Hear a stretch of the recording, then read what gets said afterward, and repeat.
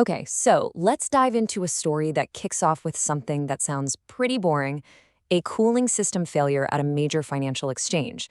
But stick with me here, it spirals into a wild theory about a global battle for the future of money, and it's all centered on physical silver.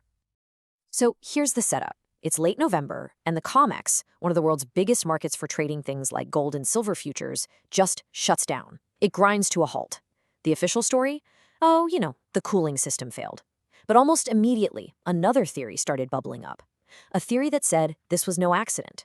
It was a deliberate move to hit the brakes on a massive run on physical silver. Now, to really get what's going on here, we have to ask a pretty basic question. Why silver?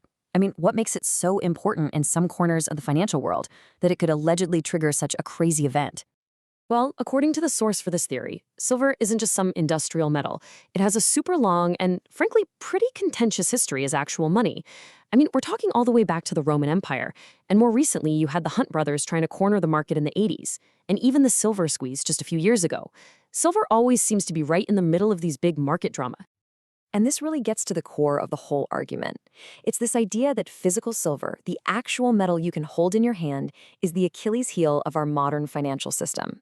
The thinking goes that our system is built on, digital promises and paper contracts. But a real demand for the actual stuff could reveal just how fragile the whole thing really is. All right, so what was the spark that supposedly lit this fuse and caused the COMEX to shut down? It all started with an absolutely enormous order for physical silver.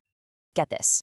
According to the source, a group of Middle Eastern central banks went to JPMorgan and demanded physical delivery of 34 million ounces of silver. Now, this wasn't just some hedge fund making a big trade.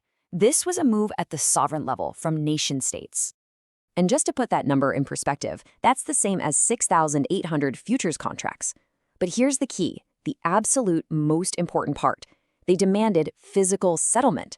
They didn't want the cash equivalent. They didn't want to roll over a contract. They wanted the actual, tangible, heavy metal in their vaults. Okay, now to understand JP Morgan's alleged response to this, you absolutely have to get the difference between two key terms they use for silver stored in the COMEX vaults. Seriously, this distinction is what the entire theory hinges on. So here's the crucial difference. Think of registered silver like the inventory on a store shelf. It's out there, it's ready to be sold, and it can be delivered to anyone who has a contract. Eligible silver, though, is totally different.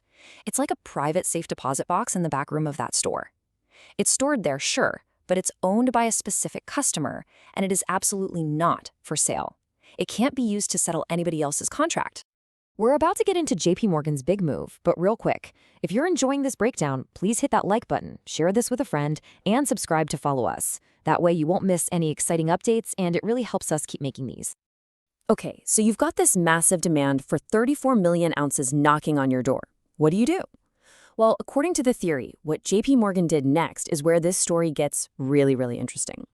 On the Friday, right after that demand came in, the data reportedly shows JP Morgan shifting a huge amount of silver around in its accounts, 13.4 million ounces to be exact. But here's the thing, it wasn't a sale and it wasn't a purchase. Here's the alleged maneuver, step by step. They took 13.4 million ounces of that registered silver, the stuff that was on the shelf and ready to be delivered, and they simply reclassified it.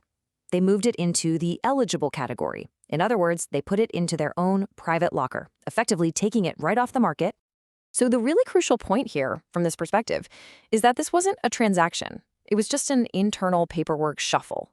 And the interpretation is pretty straightforward. JP Morgan wasn't offering its silver up for delivery. It was actively protecting its own stack and making sure it didn't leave the building. All right, so now let's pull the camera way back, because this one event, this one specific move, is seen as just a single battle in a much larger global war over the future of the financial system. What this theory suggests is that we're not just talking about trading. We're talking about a financial conflict between global powers. Think the BRICS nations and their allies on one side and the US-led system on the other. And in this conflict, physical silver is allegedly being used as a weapon to challenge a system based on paper contracts and expose its weaknesses. So for the people who believe this theory, the COMEX shutdown and this whole silver reclassification thing are basically Exhibit A.